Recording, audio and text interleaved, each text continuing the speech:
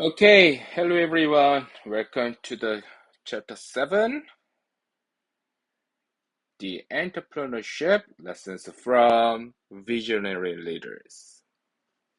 So, we are going to explore the fascinating stories and philosophies of four entrepreneurs who literally changed the world.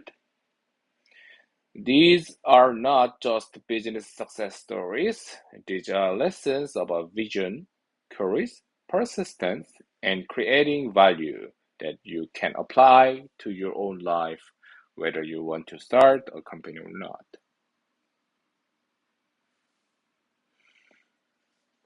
All right, so let's get started. So, who are we studying today? So, we are looking at four entrepreneurs from different eras and different cultures, but with remarkably similar mindsets.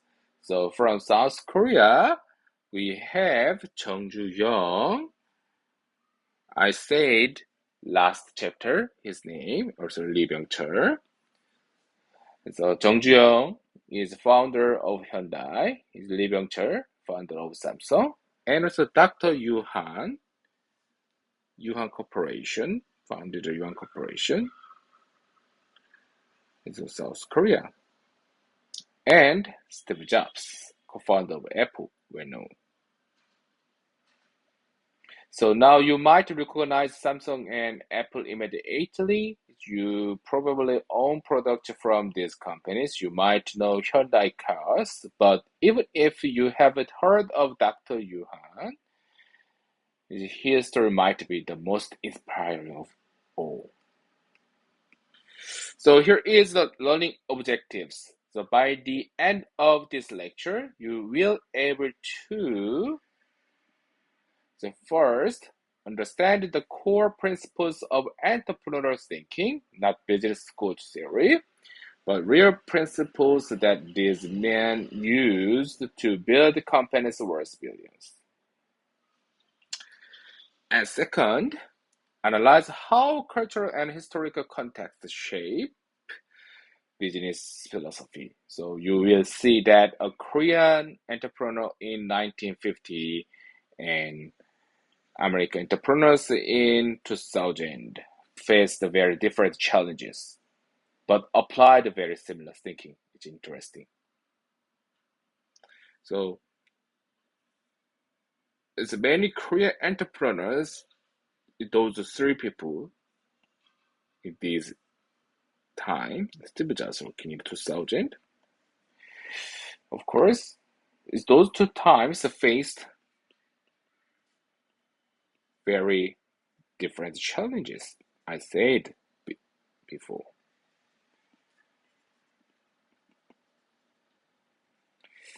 But they applied a very similar thinking. So we are going to look more about it later. And third, identify transferable lessons so you can use today, whether you are working on a class project, planning your career, or thinking about starting something new. These principles apply. And fourth, we develop an entrepreneurial mindset because here's the truth. You don't need to start a company to think like an entrepreneur. This mindset helps you in any field, any career, any challenge. Okay, so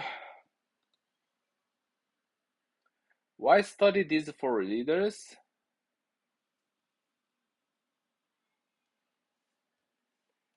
So let me show you something interesting. So we have the 1950s through 1960,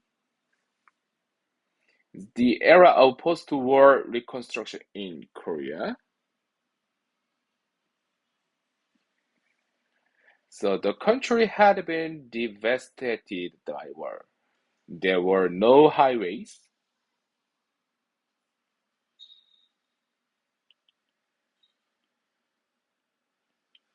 We do not have modern factories,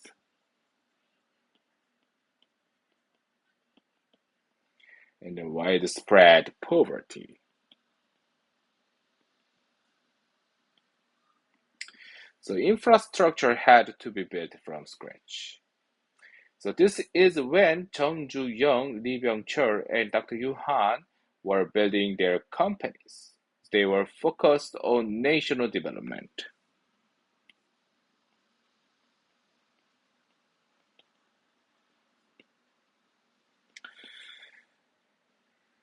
So literally building the foundation of a modern economy. And 1980s through 2010, technology revolution in America and globally. This is when personal computers, the internet, smartphones transformed how we live and work. So this is when Steve Jobs was creating Apple, reinventing entire industries. So different eras, different challenges, different contexts. But here is what's fascinating. When you study how they thought, how they made decisions, how they approached problems, you see the same fundamental principles appearing again and again. That's what we are going to explore today. So, universal principles of entrepreneurship that transcend time and culture.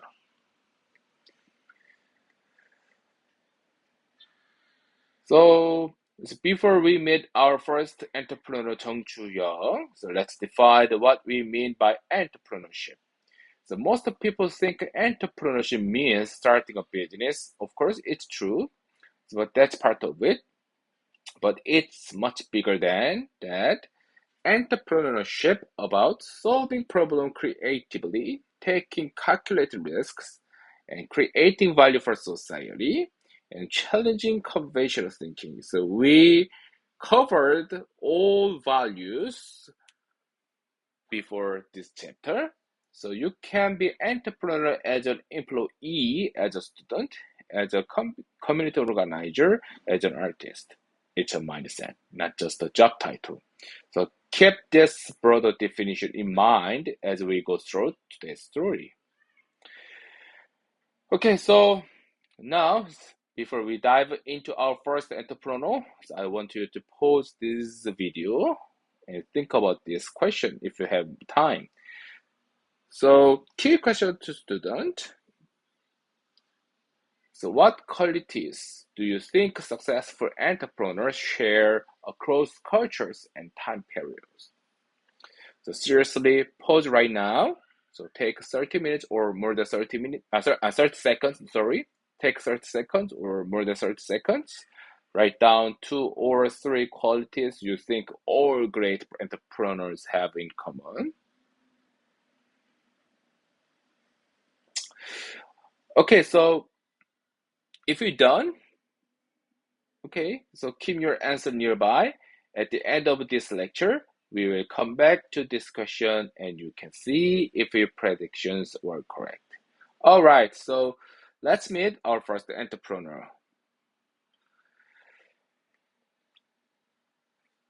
So our first entrepreneur is Chung Ju-young, founder of Hyundai. So Chung Ju-young was born in 1915 in what is now North Korea.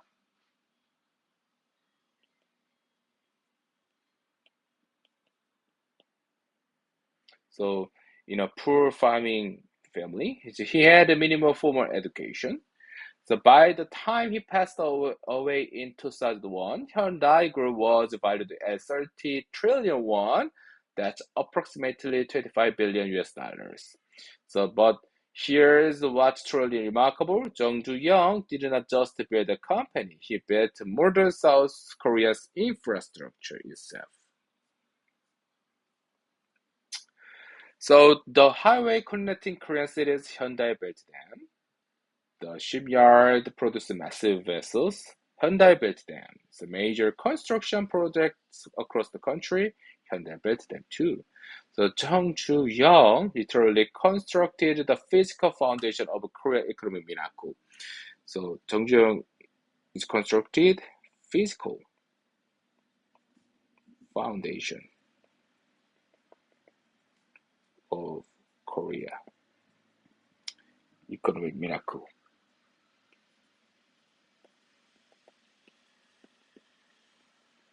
So how did a man with limited education and low initial capital build one of the world's largest conglomerate?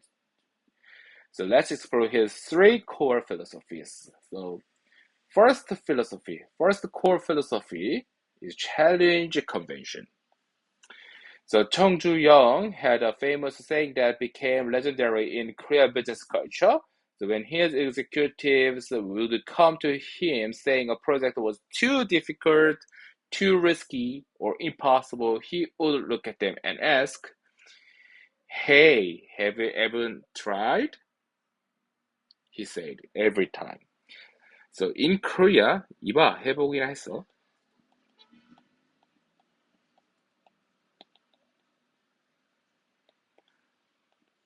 This quote is a well-known and famous quote.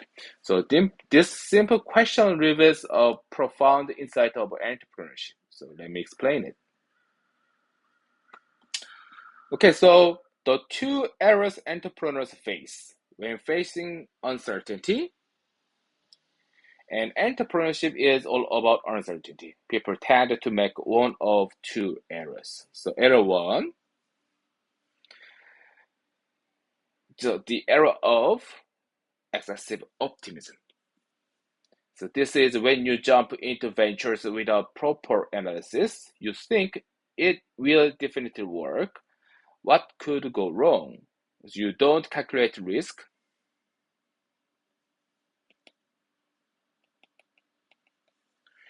You don't plan for obstacle.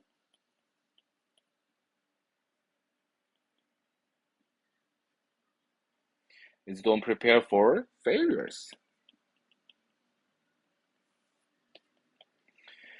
So what happens? You lose money, real, instead of a financial loss that shows up on your balance sheet.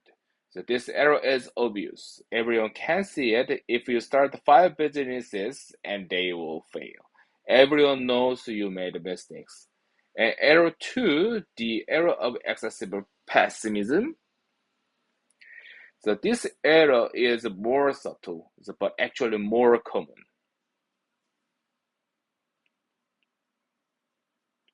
More common. So this is when you tell yourself it's too risky, it will not work. Better people than me have tried and failed. The timing is not right. I don't have enough experience. So you don't try at all.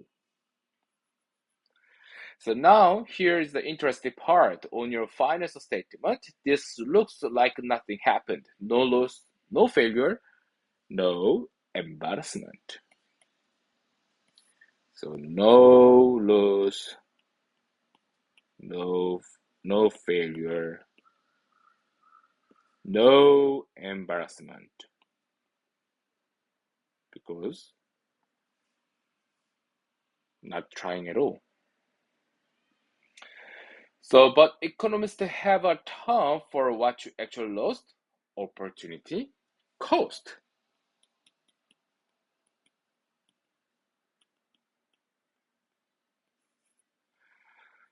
So, opportunity cost is what you could have gained but did not because you choose not to act. It's invisible, but it's real. Oh, sorry. Opportunity cost. So let me give you an example to make this concrete. So imagine you are a student and you have an idea for a mobile app that solves the problem you and your friends face. So you think about building it, but then you tell yourself, no, I don't have enough coding experience. Someone else will probably do it better. What if it fails and people laugh at me? So you don't build it. So 2 years later, you are scrolling through the App Store and you see it, the exact app you imagined, built by someone else with 1 million downloads and rave reviews. Is that feeling in your stomach? That's opportunity cost. So you lost something valuable you could have created. Jung Ju-young's question, have you ever tried? 해보긴 했어? Is designed to combat this era of excessive pessimism. So what did Jung Ju-young do different? So he operated in what I call the sweet spot. So the space between reckless optimism and paralyzing pessimism. So I'm gonna write it for you guys. The sweet spot. So sweet spot is the space between reckless optimism and paralyzing pessimism.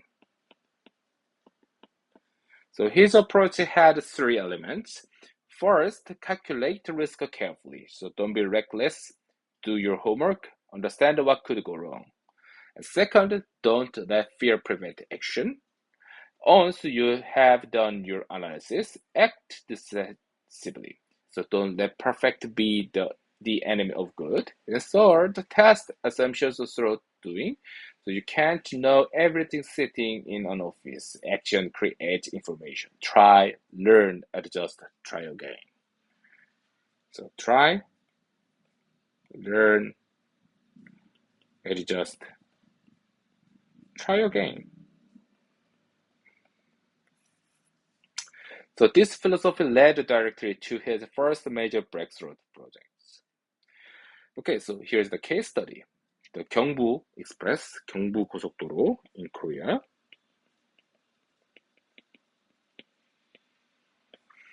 So in 1968, South Korea had no highways. None. If you wanted to travel from Seoul to Busan, the two largest cities, it took over 10 hours on winding, terrible road. So the government announced they wanted to build Korea's first modern highway, the Gyeongbu Expressway connecting Seoul to Busan. So nobody in Korea had ever built a highway. There were no Korean engineers with highway experience, so no Korean construction companies with highway expertise. So every established construction company looked at this project and said, we can't do this, it's too risky, we don't have the technology, what if we fail? So excessive pessimism, the era of not trying. So Chung Ju-young looked at the same project and thought, nobody has done this before. True, but that means if we figure it out, we will be the first. So we will learn skills nobody else in Korea has. Have you ever tried? So he bid on the project. So he won the contract. So now, did he know how to build a highway when he started? No, but he figured it out. So he brought in foreign consultants. He sent his engineers to study abroad. He tested, learned, adjusted. So the result, the Gyeongbu Highway Expressway was completed in 1970. Travel time from Seoul to Busan dropped from more than 10 hours to 4.5 hours. This single highway accelerated Korea's urbanization, so industrialization, and economic development. So, and Hyundai became Korea's premier construction company with expertise nobody else had. So this is the power of have you even tried. This is the core philosophy. first core philosophy of Jung Ju-young. Okay, so Jung Ju-young's second philosophy was about persistence, but not blind persistence, strategic persistence. So let me show you what I mean with an incredible story.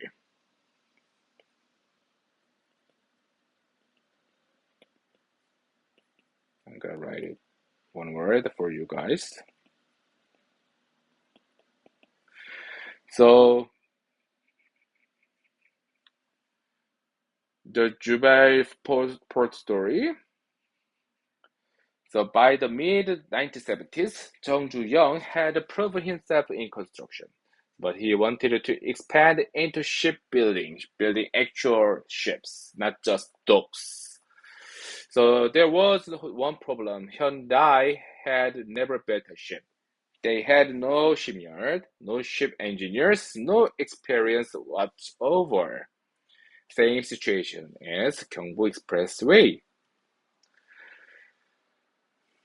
So then came an opportunity. After the 1973 oil crisis, oil-rich Middle Eastern countries were flush with cash and investing in massive infrastructure projects.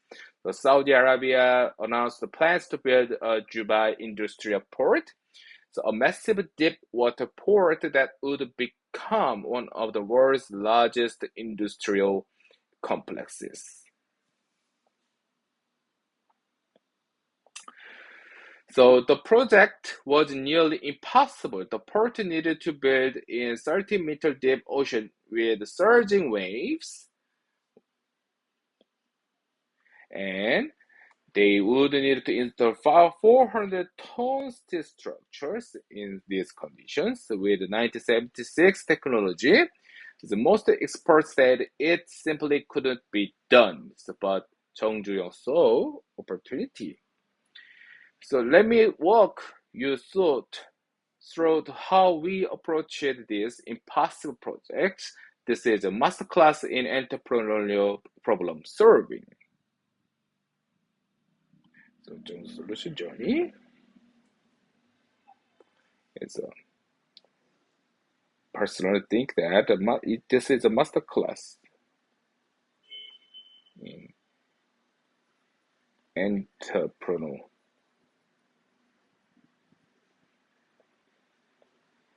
problem solving. So step one, so identify opportunity in Middle East.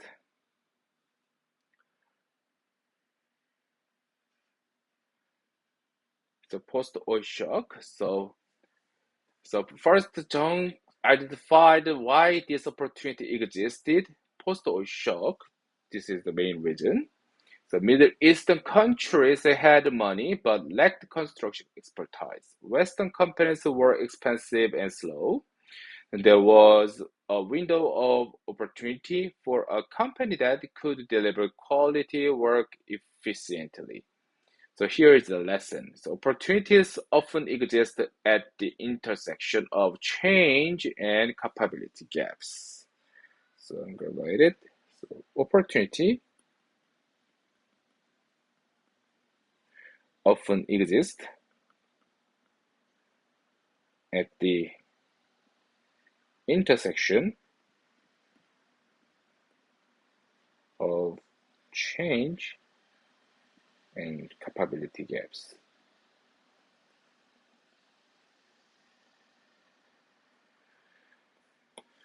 Okay, so let's move to step two, to secure technical partnership. So Mr. Jung Ju-young knew he needed technical expertise, so he approached Appledore, a British shipbuilding company, and negotiated a technical partnership. But even with British technology, he faced a problem: his credibility. So banks wouldn't lend money to Korea company with no shipbuilding track record. The customer would not trust them to deliver. This is where Jung did something brilliant. So here is the third step. So leverage cultural heritage. So Mr. Jung Ju-young traveled to Britain to meet with potential lenders and partners.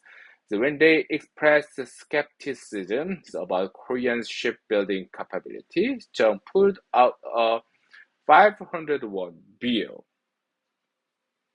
So on the bill was an image of a turtle ship, the famous armored warship invented by Korean admirer Lee Sun-shin in 1950s.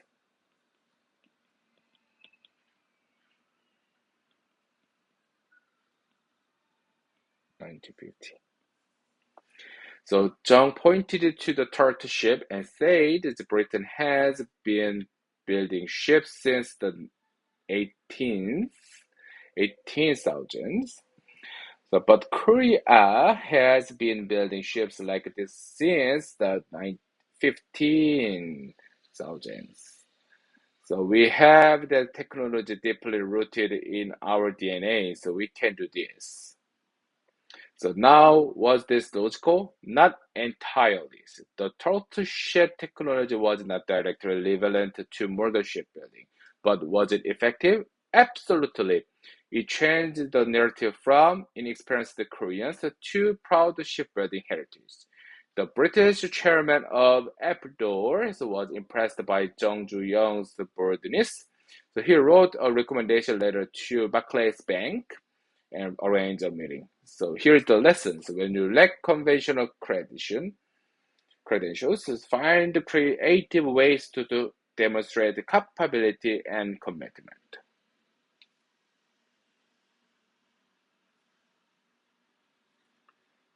Okay, so here's and the first step, overcome finance barriers. So at Barclays Bank, Jung faced another obstacle. The British banking regulation required approval from a credit guarantee organization before lending large sums. So the credit guarantee president told Jung Ju-young to bring me a contract showing someone will buy the ships you build and we will approve the loan. So think about this catch. So he needed money to build a shipyard, but he could not get money without customers, and he could not get a customer without a shipyard to show them. So most people would have given up here, but Jung Ju-young did not. He flew to Greece to meet Levinas, one of the world's wealthiest shipping magnates carrying nothing but, oh, sorry, the technical drawings, a handful of sand from the Brad beach is where he would build the shipyard, and unwavering conviction, he convinced the Lebanese to order 260,000 oil tankers before the shipyard even exists. Okay, so here is the result. So Jung Ju-young promised Lebanese the first ship in 5 years, which was already an aggressive timeline for an experienced shipyard. Hyundai delivered the first ship in 6 months. 6 months. A new shipyard, first-time shipbuilder, so delivering on time and on quality. So how? Jung Ju-young moved to the shipyard. He worked alongside his workers. He slept there. He personally oversaw every critical phase. So when people asked him later how he did it, Jung Ju said, "In everything we do in life, so there are difficulties, but I believe we can overcome them all. So what we can't accomplish today, we can think about and accomplish tomorrow. So what we lost today, we can devise ways to win back tomorrow." So this is persistence with intelligence. So not just working hard, but working smart, learning, adjusting, persisting. Okay, so here is the last core philosophy, embrace uncertainty through the testing. Jung Ju-young's third philosophy was about people and uncertainty. So he had this belief, humans are inherently uncertain. So you can't know how good someone is until they are tested in real conditions. So his approaches to developing talent was radical for his time. So let me explain it. Okay, so